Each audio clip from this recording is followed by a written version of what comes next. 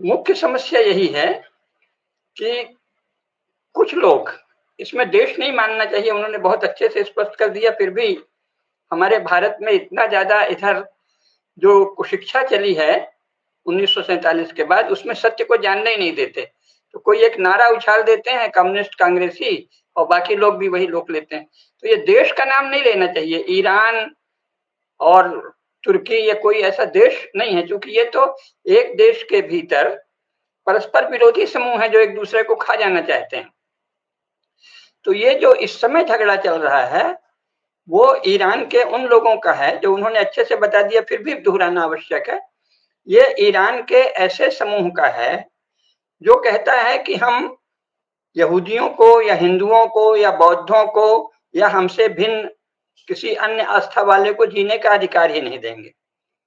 तो देखिए, शास्त्र तो यही कहता है, भारतीयों का सनातन शास्त्र सारे विश्व में यही था कि जो हमारे विषय में हमको हत्या करने की, हमको मारने की, हमारी संपत्ति लूटने की, हमारी माताओं बहनों से दुर्व्यवहार की सोचे भी, उसको हमको बढ़ के नाश कर देना चाहिए।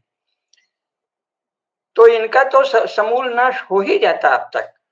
लेकिन हुआ क्या है कि चूंकि यूरोप में स्वयं क्रिश्चियंस ने भी इसी तरह का पहले दावा किया था, तो जो वर्तमान यूरोप है वो उस अर्थ में क्रिश्चियन नहीं है, एनलाइटन अपने को कहता है, फिर भी वो क्रिश्चियनिटी के प्रति बहुत सॉफ्ट है, अपने मिडिवल क्रिश्चियनिटी के प्रति।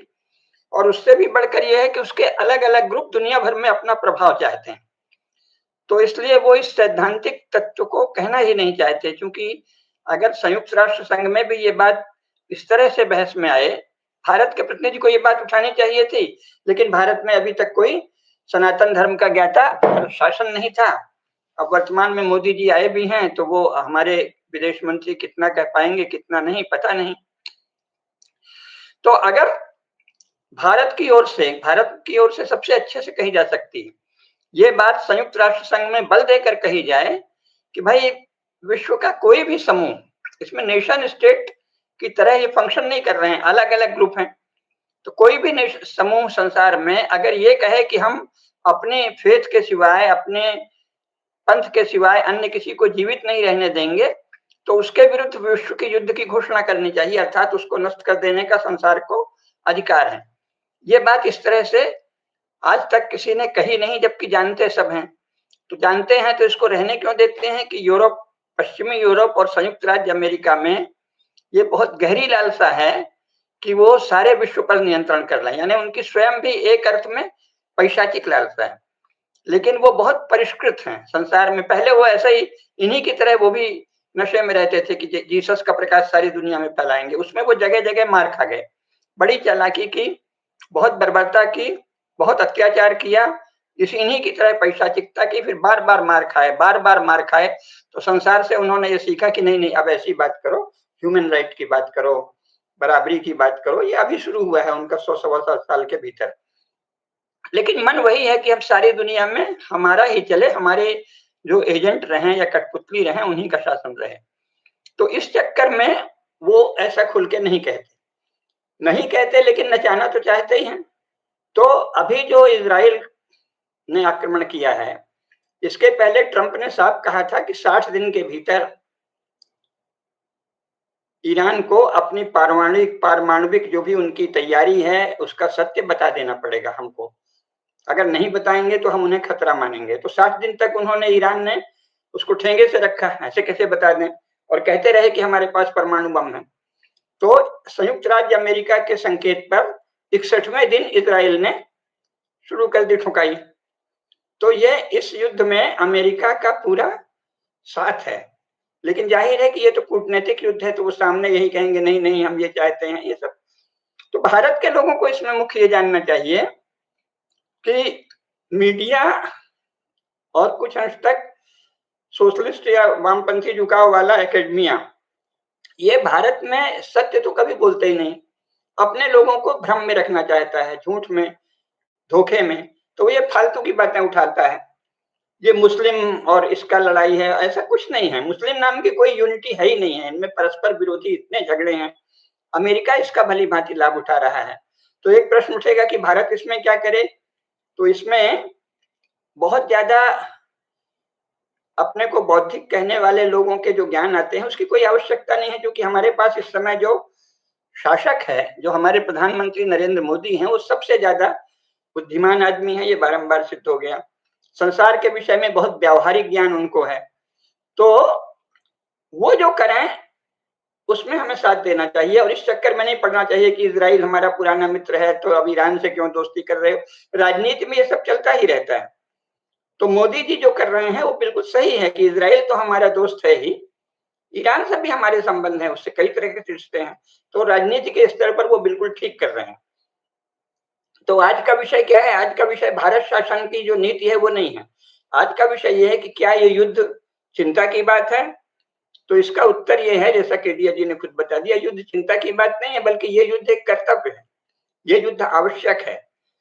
ईरान से ऐसे पैशाचिक विचार वाले समूहों का समूल नाश आवश्यक है जो ये सोचते हैं कि वो, यद्यपि उन्होंने बारंबार तरह तरह के समझौते भी किए हैं, लेकिन सार्वजनिक रूप से जो ये घोषणा करते हैं कि हमारे सिवाय किसी को जीवित रहने का अधिकार नहीं है, तो उनको तो चुटकियों में मसल देगा दुनिया, विश्व मसल देगा।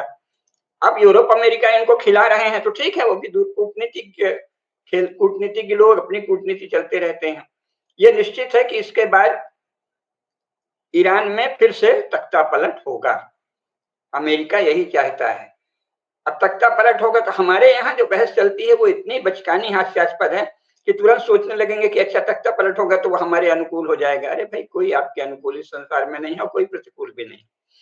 तो राज्य राज्य दूसरे राज्यकर्ताओं से क्या समीकरण साधेगा, ये तो हमको बस इतने से संतोष रखना चाहिए कि हमारे पास एक अत्यंत कुशल शासक है और वो बहुत सही चलेंगे। उनको जितनी जानकारी है उतनी किसी भी इंटेलेक्चुअल को, किसी भी एकेडमिक इंस्टीट्यूट को हो ही कैसे सकती है। इस समय हमारे पास एक सर्वोत्तम शासक है और वो, उसने दोनों से समीकरण साथ रखे हैं, जैसे उन लोगों ने भी कर रखा है। स्वयं अमेरिका का ईरान से भी संबंध है, इजराइल के भी संबंध है, ईरान के एक गुट से संबंध है, दूसरे गुट को गिरा रहा है। तो एक ये कूटनैतिक खेल संसार के राज्यकर्ता लोग चल रहे हैं। हमारे लिए निश्चिंतता और संतोष की बात यह है कि हमारे पास भी इस समय हमारे पक्ष का एक कूटनैतिक चेतना से संपन्न शासक है।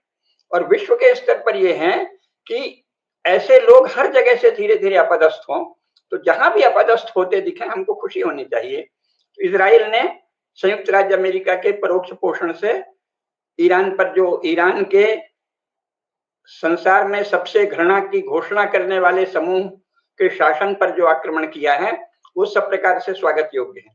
और देखिए, इस युद्ध में पहले बहुत लंबे समय से इजराइल सही रास्ते पे चल रहा है।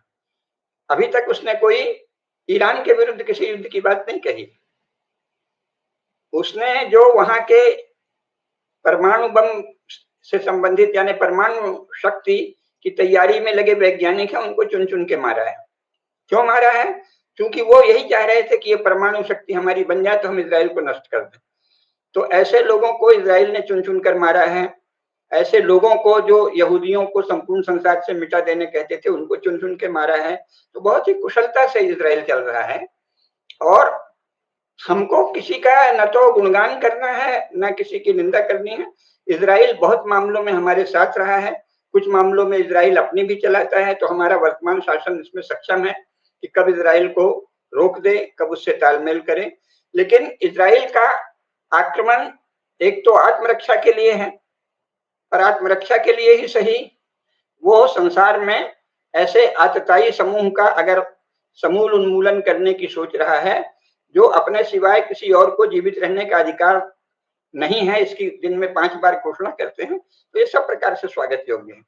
और ये युद्ध इस तरह, जब जब ऐसे समूहों के विरुद्ध जहां भी कोई कार्रवाई हो, अपने आप को ये कहने वाले कि बस केवल हमको अल्लाह ताला ने जीने का हक दिया है और किसी को जीने नहीं देंगे, या तो उसे मुसलमान बनाएंगे नहीं तो मार डालेंगे, तो उनका सबका समूल नाश चरणबद्ध रूप से होता ही रहेगा। इस रूप में ये युद्ध सब प्रकार से स्वागत योग्य है।